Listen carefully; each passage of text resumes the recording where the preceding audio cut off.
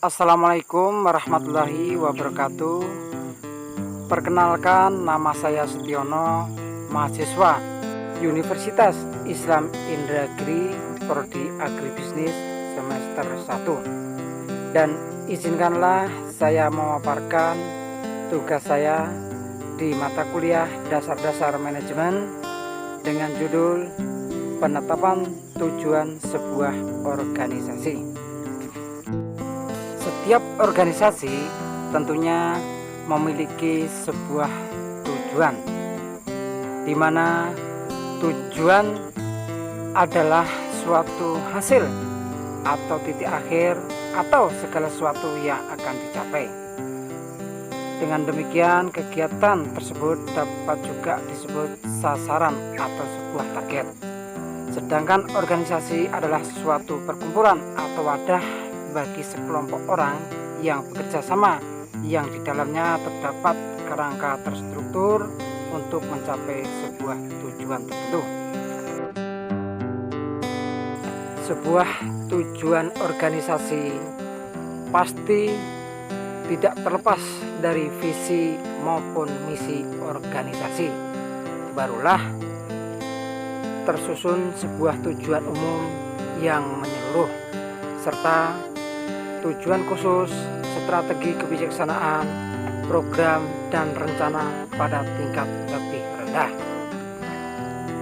Sedangkan visi sebuah organisasi adalah impian atau kegiatan yang akan diwujudkan dalam kurun waktu tertentu. Sedangkan misi adalah penjabaran dari visi atau cara untuk mewujudkan keinginan tersebut. Barulah tujuan, yang mana tujuan adalah target yang harus dicapai dalam waktu yang lebih pendek. Dengan demikian, fungsi tujuan organisasi adalah sebagai pedoman bagi kegiatan melalui penggambaran hasil-hasil di waktu yang akan datang, sehingga fungsi tujuan adalah dapat memberikan arah dan pemusatan kegiatan organisasi mengenai apa yang harus dan tidak harus dilakukan.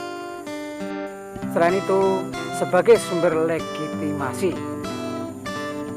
legitimasi akan meningkatkan kemampuan organisasi, dan juga sebagai standar pelaksanaan, di mana standar pelaksanaan bila tujuan dilaksanakan secara jelas dan dipahami akan memberikan standar langsung bagi penilaian pelaksanaan kegiatan atau prestasi organisasi, dan juga sebagai standar motivasi dan dasar rasional pengorganisasian.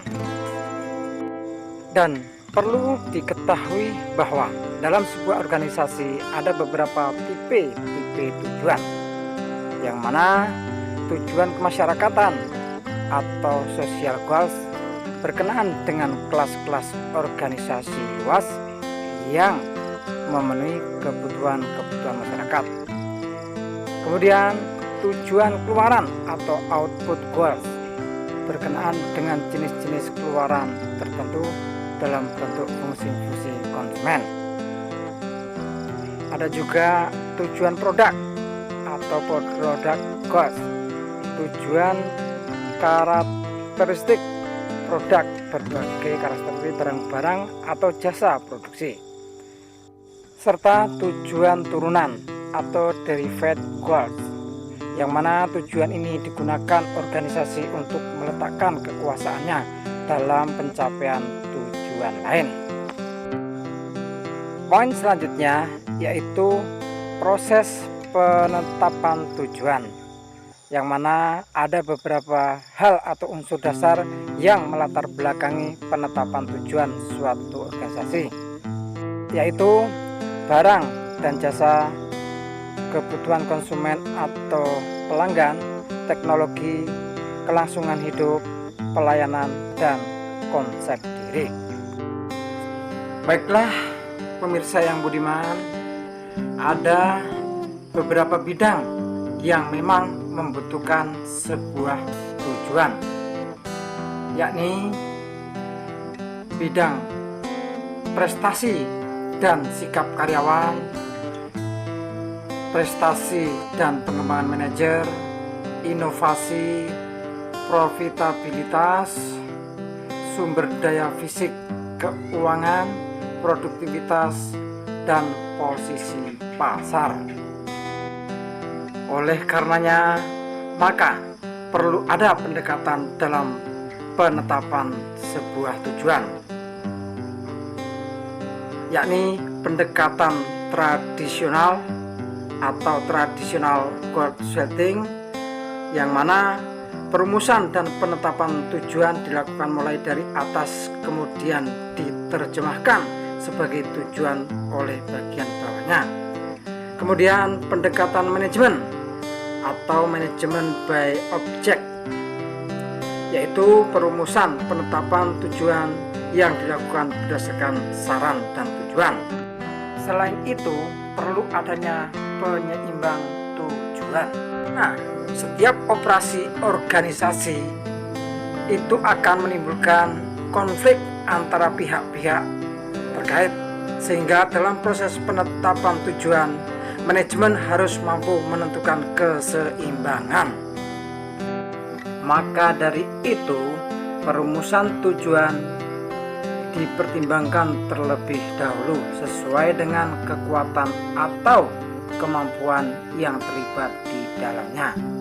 Agar perumusan berjalan efektif, seorang manajer perlu memperhatikan beberapa ketentuan sebagai berikut, yang mana tujuan harus realistik, tujuan harus jelas, memiliki alasan, dan bersifat menantang.